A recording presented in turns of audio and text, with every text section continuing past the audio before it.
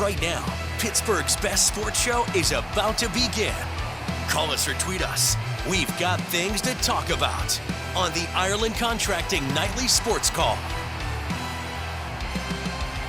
Good evening, everyone. Welcome inside the Fan Cave. Bob Pompeani with you as we present another edition of the Ireland Contracting Nightly Sports Call. Remember, we're on the air 7 nights a week right here. Call us at 412-575-2600. Andrew Fillipponi is live up at 93.7 The Fan. And Pony, first, good to see you again. Second, boy, what a weekend for Pittsburgh and Chicago. That Saturday game still resonating among Major League Baseball people about that call at the plate. But it really did overshadow a really great performance by Bailey Falter. Your takeaway from the Pirates now emerging as one of the more solid starting staffs in all of baseball, and what the Pirates might do to kind of help it along, make some moves, you know. And I don't know if they're going to or not, but I think they should. They need offense. Yeah, I feel right now like the lineup is going to squander the great pitching that they have. And Paul Skenes, until they get him in the lineup as a DH, which honestly they should consider.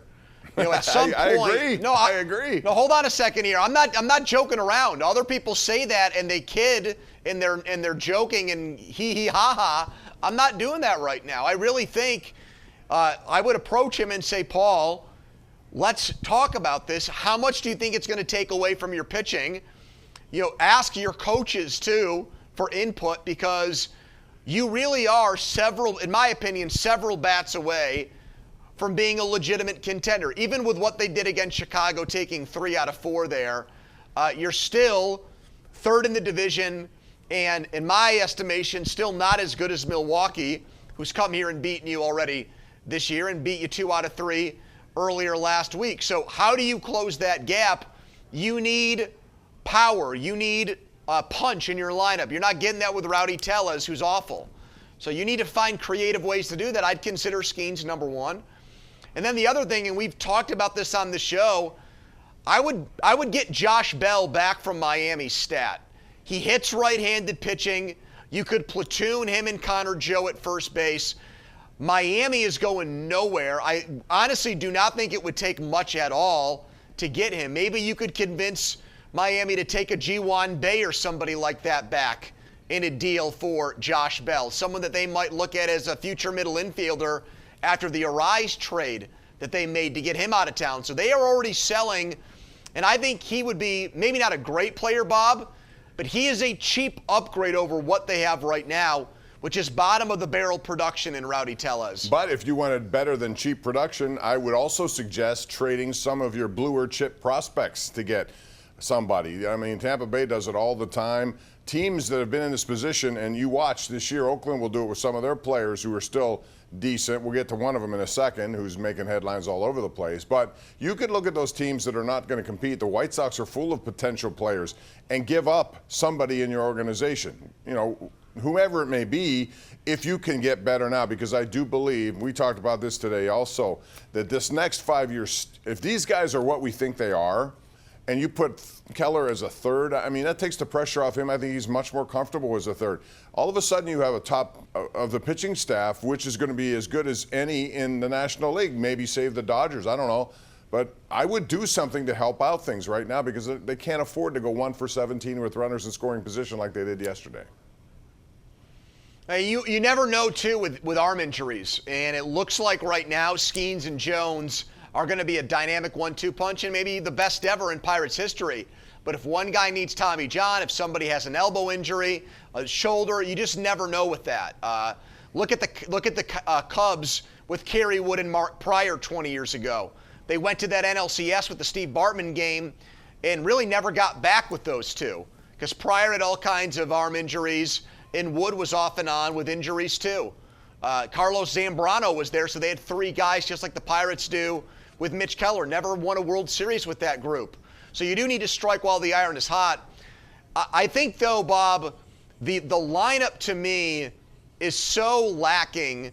I don't know for this. I don't think even in this division, I don't think one trade, unless it's a massive one, is going to fix it.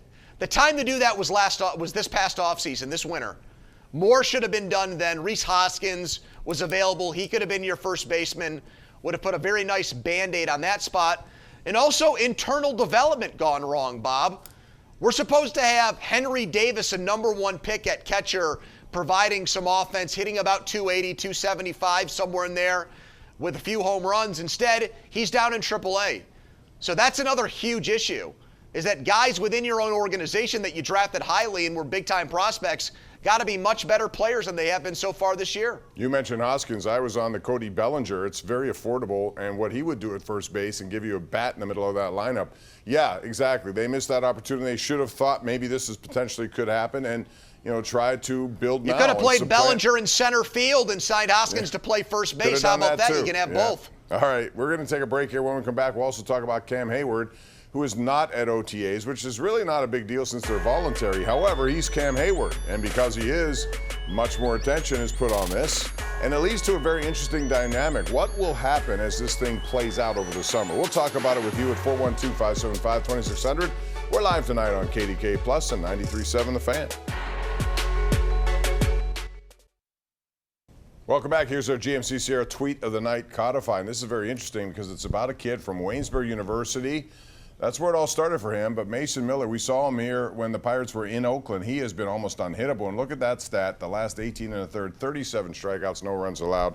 This, Andrew, is the guy I'm talking about at the trade deadline. If somebody's out there willing to give Oakland a whole bunch of prospects, because I still think they're in that boat, and this is a guy who could be available, man, there are a lot of teams that could use him. Closers, you never know how they're going to go. We see Clay Holmes in New York lighting it up, I think leading the American League in saves. So some team may be desperate enough to give Well, that was a nice trade by Ben Cherington. He got Hoy Park back. Well, that's what I mean. For Clay Holmes. Well, you never know about prospects. That's why I hate when people covet them, because the same people who covet them and say, oh, no, you can't trade Tamar Johnson. Oh, no, you can't trade Anthony Solimento, are the same people who say the Pirates can't develop them in the first place. So to me, if you have somebody who, because he's an untested blue chipper, he carries more weight. Therefore, you can get something for him. So we'll see how this all plays out. But anyway, we have a lot of calls. So I'm going to get to it first, Andrew, and we'll talk about Cam Heyward in a minute. But you could call us on the hotline, which is tonight jammed up. So let's go to Davis on the north side. He's our #1 Cochran Go One Better caller of the night. What's up, Davis? How are you? I like to see Rodal at first, because you got to get him some at bats, and you can put what you call in the catching spot. I like to see Rodal at first. Well, they have first place issues, and they got to change that. Let's go along to Don in West Newton. What's up, Don? Hey, good evening, Bob. How you doing? What's up, Bill? Go ahead. Wanted to talk about the play at the plate the other day, and one of the parts of that I'm not hearing anybody talking about. To me, when I watched it from like the 900 angles that they showed, it seemed to me like the tag was too high. It seemed to me it was like farther up on a leg. It certainly wasn't down by the plate for the guy to slide into. To me, it seemed like. Hey, Don, you can use that as a reason why the safe call. What I didn't like was the fact that the ball came out only after Joey Bart was trying to hold it up, and clearly Bellinger swatted it away. Technically, you're not allowed to do that. Well, right. So when I hear people say, oh, you're not allowed to do that. Well, also for the first 30 years of my life, if the ball beat you to home plate, your only move was to try to get him to knock the ball out. I mean, has anyone seen, right? I mean, have we seen a league of their own, for crying out loud? She dropped the ball at home plate. That was a big moment in that film. So I don't know. The other thing is, why did Bart need to show him the ball? In all seriousness, yeah, I don't know. He didn't have to do that. But you can clearly tell he didn't lose it on his own. It was Bellinger's hand. I agree, but why did he have to transfer it? By waiting so long. Why did he have to do a transfer? I don't know. By the umpire waiting so long, and then the ball came out, he went safe. But I had a feeling if he didn't do that, it would have been an out call. I really do. But it is what it is. When you don't score runs, this is what you get. And this is what we're talking about when you. And by the way, one other thing about that no one talks about, even if they call him out, the inning's not over, right? There's 2 outs, and there's still a runner in scoring position. I hate to say this because I love the guy, but the way David Bednar's going, there's no reason to think that they're automatically out of that inning, to be quite blunt. I mean, I hate to be that guy, but it's not like if they make that play, game over, they win. All right, let's go to Will in McKees Rocks. Hey, Will, what's up? Hey, Bob, welcome back. Thank you. Thanks. Bob, where were you? I was on vacation just like you were in a different part of the world. Oh. But all right, bro. Okay. I saw what you did, Andrew. You're trying all sorts of food out there. You're a foodie. I like it. Go ahead, Will. Oh, no, it's okay. Thank you. Hey, I asked this question the other night, but nobody had the answer, and I was wondering maybe you did. How many starts does it take for Paul Skenes to be able to go to the All-Star game? I don't know the answer to that. Do you, Pony, off the top of my head? No, there's no set number, and I think it's a great question. I think baseball will want him there. We've seen that in the past. I think Yasiel Puig, his rookie year, got called up, not at the beginning of the season, maybe a month and a half in, was a revelation, was a phenom for the Dodgers. I believe he ended up there. It's happened before. It should happen again in this case. I'd love to see Jared Jones and Paul Skenes. Imagine that in the All-Star game. Those guys going back-to-back. Maybe a guy pitches the third inning, the other guy pitches the fourth, back-to-back, blowing guys away on a national stage. That would be really cool. And I think it's within reason for both. What Skenes has done here with that start in Chicago is he has put the baseball world on notice that he's not another one of these guys that just has big hype and he can't back it up. He is as advertised and maybe even better. And, yeah, I think baseball wants to put young people like that on the biggest stages, and the All-Star game would be exactly that. And he's got an attitude to match it, no question about that. All right, real quick, let's talk about Cam Heyward before I get to more calls. And that is, this is normally not an issue. You have OTAs going on, they're voluntary. He's been around forever. He doesn't need to be there, but he's always been there. And because he is who he is, I don't think it's a pretty ending, and not a lot of, there aren't many all-time great Steelers that have the Ben Roethlisberger or Jerome Bettis moment. But even Ben he took a pay cut to come back for his final year. So right, but Ben had made peace with the idea that his career was over that last year. Right. So he got the moment against the Browns, and they got into the playoffs and all that. I sense that Cam Heyward believes he's still one of the best defensive linemen in the league. And he rushed himself back last year to try to help this team make the playoffs, and they did. And I think not taking a pay cut isn't enough for him. I think he believes he deserves to be one of the highest or higher paid defensive linemen in the league, even if it's on a short-term deal. And he's making only $16 million. Guys like Chris Jones now are making $30. So I think he believes he's underpaid. From the Steelers' perspective, I think they look at it like, we're not asking you to take a pay cut. You're 35 years old. That should be good enough. And to the OTA's point, I get it that they're voluntary, but Bob, you know this. If Cam Heyward showed up and said, hey guys, I'm just going to, I've got a contract situation. I'm in the last year of my deal. I'm not going to do much. I'm just going to maybe do a little stretching, watch the guys work out, and almost be an extra coach. They would 100% let him do that. It's not like these activities are that strenuous to begin with. He's trying to send a message, and I just don't think it's going to work. I know he's built up an incredible amount of goodwill with the organization, but if he wants a raise off of what he's going to make this year, Bob, I don't think the Steelers are going to give it to him, and I think he'll play for another team in 2025. That's my prediction right now. That could be like a Franco Harris ending, like an Alan Faneca ending, like all these other situations. I hope not, because to me, he is. But have you heard the way he's talked about it? I know. He's absolutely made it sound like he's open to playing somewhere else. I understand, but I still think down deep they'll try to figure out some sort of settlement. But it will be interesting because if there's no give or take, then it could be headed in that direction. Real quick, let's go to one more call before we go to break. That would be Jim in Peters Township. Jim, welcome to the program. Go ahead. Hey, Bob. Between 1960 and 1970, I pitched and played outfield and for anything from Little League to American Legion. Now, how the play works is this: the catcher has to present the ball, but he has it.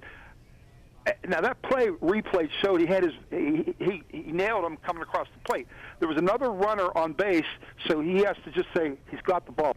They don't want to reverse it because they would look like fools. He was definitely out. If he kept the ball in his glove, I don't think there would be an issue here. Because I think he would have been why does he have called to present it if the ball's in the glove and not on the ground? As long as he's determined the ball's in the glove, I don't understand. There's no reason to do that. One more quick call. I know I'm going to go over here, Jeremiah, so don't yell at me. Kirk in Manor. Hey, Kirk, how you doing? Make it quick, please. How you guys doing tonight? What's up? Quick, we're good. regarding Cam Heyward, playoff game last year against Buffalo. Why was he on the sideline for his first offensive possession? And we all know how that turned out. Number two, he is under contract. What do you guys? Well, again, we'll continue this when we come back just because I'm up against the break. We'll find out. I mean, he is 1 year left, $16 million.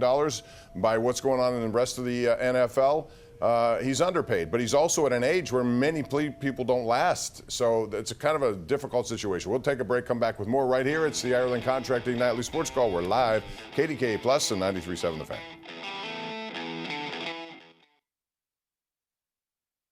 KDKA News at 11 is about 6 minutes away from its start. Ken Rice has a preview.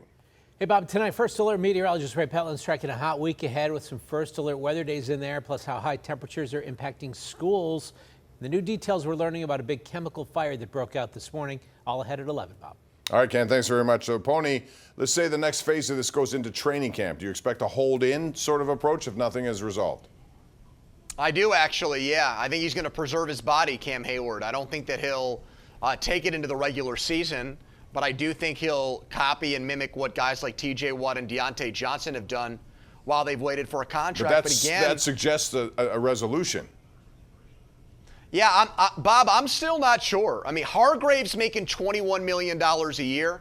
I think that's around what Heyward wants. And there's just no evidence, and I love Cam. Bob, go look at great defensive linemen. How many of them play well past the age of 35? Joe Green was done at 35 years old. I love Cam, but I would give him this year and then move on if need be. Yeah, Aaron Donald is done. He's not even 35, so that goes to show you. Anyway, Pony, thanks. And you're not done, Bob. Not even slowing down. Keep it going, Bob. I want more money. I want more money. Good night, everyone. We'll see you back here tomorrow.